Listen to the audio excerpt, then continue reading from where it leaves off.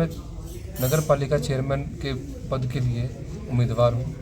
मेरा चुनाव निशान घड़ी है जो 6 नंबर पे है और मैं सबसे अपील करूँगा जनता से, मेरे बुजुर्गों से, मेरे भाइयों से, मातृशक्ति से, बराड़ा की सभी वोटर्स से अपील करूँगा कि आने वाली 2 तारीख को घड़ी का बटन दबा के मुझे भारी मतों में नगर पालिका तक पहुँचाएँ। रही बात मुद्दों की जैसे आप सब जानते हैं कि मुद्दे सफाई का मुद्दा, सीवरेज का, लाइट का, स्ट्रीट लाइट्स का, गलियों का, नालियों का, बहुत सारे मुद्दे, पार्किंग का, पार्क का, बहुत सारे मुद्दे हैं जिसके ऊपर हमने विकास कार्य करना शुरू करना है। जैसे कि पिछले 7 साल से नगर पालिका आई। नगर पालिका आने से विकास तो बहुत हुआ। हमारे इससे पूर्व 2 चेयरपर्सन थे तो उन्होंने बहुत काम किया, पर पिछले 2 साल से जैसे नगर पालिका भंग हो गई, उस वजह से काम की गति धीमी होगी। काम में बहुत सारी ऑब्स्टेकल्स भी आई हैं जिनको मैं बनते ही दूर करूंगा और काम उनके द्वारा किए गए विकास कार्यों को मैं आगे लेके जाऊंगा और अपने से जो बन पड़ेगा वो करूंगा। जैसे कि आपने पहले देखा है, कोई और भी यहाँ कैंडिडेट्स हैं, कोई कह रहा है मैं बन के ये सेवा करूंगा, ये सेवा। आपने मेरे पिछले 5-7 साल से देखा है मैं जनता के बीच में हूँ। जो मैं सेवा कर पाया, जितनी सेवा मैं कर सकता था, जितना मेरा अधिकारियों से संबंध था, जितनी भी मैं सेवा कर पाया उतनी सेवा मैंने की है। सबने मेरा देखा है। एक टाइम ऐसा था जब नगर पालिका में सफाई का टेंडर भी कई महीने तक नहीं हुआ, तब मैंने अपनी पर्सनल गाड़ियाँ लगा के सफाई का काम करवाया। घर घर से कूड़ा उठवाया, कई जगह लाइटें ख़राब हुई, वो भी अपने पर्सनल से मैंने लाइटें ठीक करवाई। कुछ चीज़ें, बहुत सारी चीज़ें ऐसी थी जो जनता ने मेरे को कहा, मेरे भाइयों ने, मेरी मातृशक्ति ने मेरे को जो काम कहा। पेंशन के लिए भी मैं ऑफिस में, समाज कल्याण ऑफिस में अम्बाला गया कि हमें 2 आदमी दिए जाएं कि पेंशन के लिए हमें अम्बाला न जाना पड़े।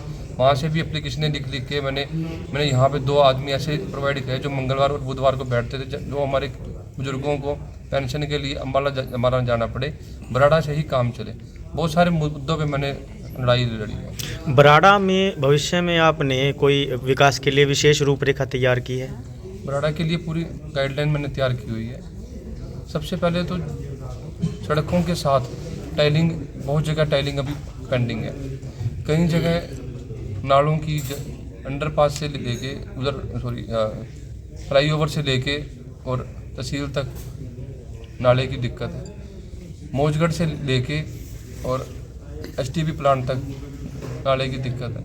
ये भी विकास का एक काम है जो मैंने सोच रखा है कि नगर पालिका में सबसे पहले ये काम कराऊंगा। उसके बाद कई गलियां अभी कच्ची पड़ी हैं, जो बहुत साल से पुरानी गलियां, जहाँ पे आबादी भी है।